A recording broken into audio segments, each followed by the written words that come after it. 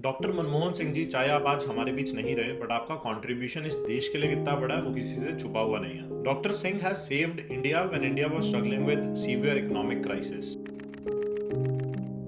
आपने डॉक्टर मनमोहन सिंह जी के बारे में ये तो सुना होगा कि वो एक्सीडेंटल प्रधानमंत्री बने, पर आप में से बहुत कम लोगों को ये पता होगा कि वो एक्सीडेंटल फाइनेंस मिनिस्टर भी थे।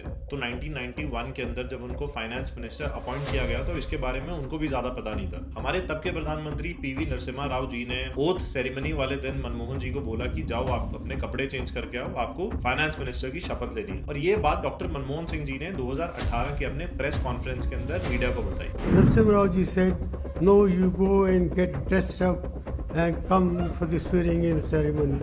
So that's how I became the finance minister. अगर आपको भी लगता है कि डॉक्टर सिंह का कंट्रीब्यूशन इस देश के लिए अमूल्य है तो इस वीडियो को लाइक कर दीजिए और इस मैसेज को बाकी लोगों तक पहुंचाने में हमारी हेल्प कीजिए।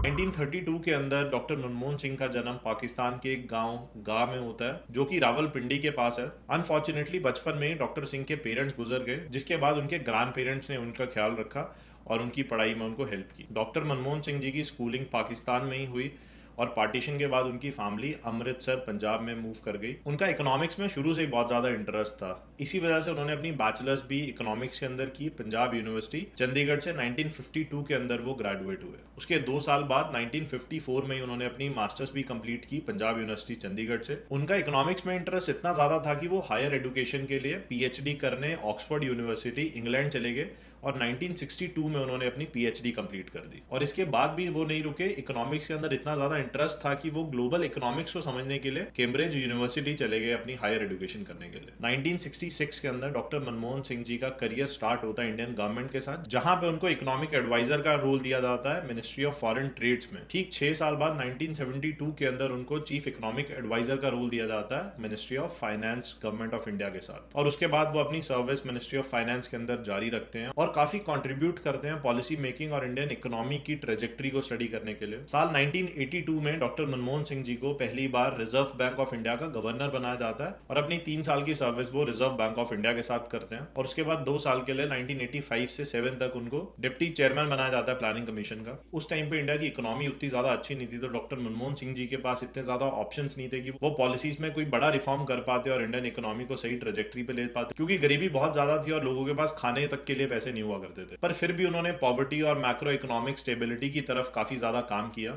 और फिर 1991 का टाइम आता है जब उन्हें इंडिया का फाइनेंस मिनिस्टर बनाया जाता है। आपको ये जान के हैरानी हो जाएगी कि 1991 के अंदर जब डॉक्टर मनमोहन सिंह जी को फाइनेंस मिनिस्टर बनाया गया, उस टाइम पे जो इंडिया की इकोनॉमी है वो बहुत ही बड़े क्राइसिस से जूझ रही थी। इंडिया के पास अपने इंपोर्ट्स के लिए सिर्फ 2 हफ्ते का फॉरेन रिजर्व्स बचा था, जो कि करीब $1 बिलियन के पास था। इन्फ्लेशन डबल डिजिट्स में थी, कुछ रिपोर्ट्स की माने तो ये 13% के करीब थी। इंडिया का फिजिकल डेफिसिट 8.4 पे ऑपरेट कर रहा था अपने जीडीपी के। इंडिया का डेट स्काई रॉकेट कर रहा था और इंटरनेशनल लोन की रीपेमेंट के लिए ऑलमोस्ट डिफॉल्ट करने वाले थे हम। और उस टाइम के डॉक्टर मनमोहन सिंह जी के इकोनॉमिक रिफॉर्म्स की वजह से इंडिया की इकोनॉमी बच पाई। डॉक्टर मनमोहन सिंह जी ने इकोनॉमिक रिफॉर्म्स करके लाइसेंस राज को खत्म किया और फॉरेन इन्वेस्टमेंट्स को इंडिया के अंदर इन्वाइट किया। ट्रेड पॉलिसी के अंदर रिफॉर्म करके इंडिया के इंपोर्ट एक्सपोर्ट को बढ़ावा मिला और जितने भी ट्रेड बैरियर्स थे वो सारे खत्म हो गए। टैक्स सिस्टम के अंदर रिफॉर्म्स लाए गए ताकि टैक्स और ज्यादा ट्रांसपेरेंट किया जा सके। इसी के साथ साथ प्राइवेटाइजेशन को बढ़ावा देके पब्लिक सेक्टर के कुछ सेगमेंट्स को प्राइवेटाइज किया ताकि कंपटीशन और एफिशिएंसी बढ़े। और उनकी इन सारी पॉलिसीज की वजह से इंडियन इकोनॉमी को ग्लोबलाइजेशन का बढ़ावा मिला और इंडिया की ग्रोथ को एक्सेलरेशन मिला। और उसके बाद अटल बिहारी वाजपेयी जी की सरकार में वो ऑपोजिशन में रहते हैं और साल 2004 के अंदर यूपीए दोबारा से इलेक्शन जीतती है और इस बार सोनिया गांधी डॉक्टर मनमोहन सिंह जी पे बेट करते हैं और वो बन जाते हैं इंडिया के 13th prime minister. Manmohan Singh,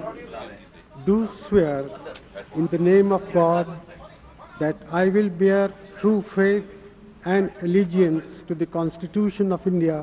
हालांकि उस टाइम पे यूपीए गवर्नमेंट के अंदर भी कुछ लोग ऐसे थे जो डॉक्टर मनमोहन सिंह जी को बैक नहीं कर रहे थे, पर सोनिया गांधी के इतने ज्यादा कॉन्फिडेंस की वजह से मनमोहन सिंह जी को ये अपॉर्चुनिटी मिली जहां पे वो 10 साल के लिए एज अ प्राइम मिनिस्टर सर्व कर पाए 2004 से लेके 2014 तक। और इन 10 साल के टेन्योर के अंदर डॉक्टर मनमोहन सिंह जी का काम काफी ज्यादा काबिले तारीफ था। इन 10 सालों में इंडिया की एवरेज जीडीपी ग्रोथ रेट 0.8% की थी, जहां पे 2008 का ग्लोबल इकोनॉमिक क्राइसिस देखा था पूरी दुनिया ने। उसके बाद भी जो इंडिया की जीडीपी थी वो काफी बेहतर परफॉर्म कर रही थी बाकी देशों के हिसाब से। 2005 के अंदर डॉक्टर मनमोहन सिंह जी के नेतृत्व में आरटीआई, जो कि राइट टू इंफॉर्मेशन एक्ट है, उसको पास किया गया, जिसकी वजह से आज भी हम गवर्नमेंट इंफॉर्मेशन को एक्सेस कर पाते हैं। Mahatma Gandhi national rural employment act, MNREGA के नाम से जो जाना जाता है, वो भी डॉक्टर मनमोहन सिंह जी की देन है, जिससे इंडिया के रूरल एरियाज के अंदर गरीब लोगों को एक फिक्स रोजगार मिल पाया। और 2008 में जब ऑपोजिशन बिल्कुल अगेंस्ट हो गई थी और कांग्रेस के लीडर्स भी डॉक्टर मनमोहन सिंह जी के अगेंस्ट थे, उन्होंने अमेरिका के साथ सिविल न्यूक्लियर डील को फाइनलाइज किया और इंडिया के एनर्जी सेक्टर को एक बहुत बड़ा बूस्ट मिल पाया। उनका टेन्योर इंक्लूसिव ग्रोथ और पॉवर्टी रिडक्शन के लिए माना गया, लेकिन यूपीए 2 में उनकी गवर्नमेंट पे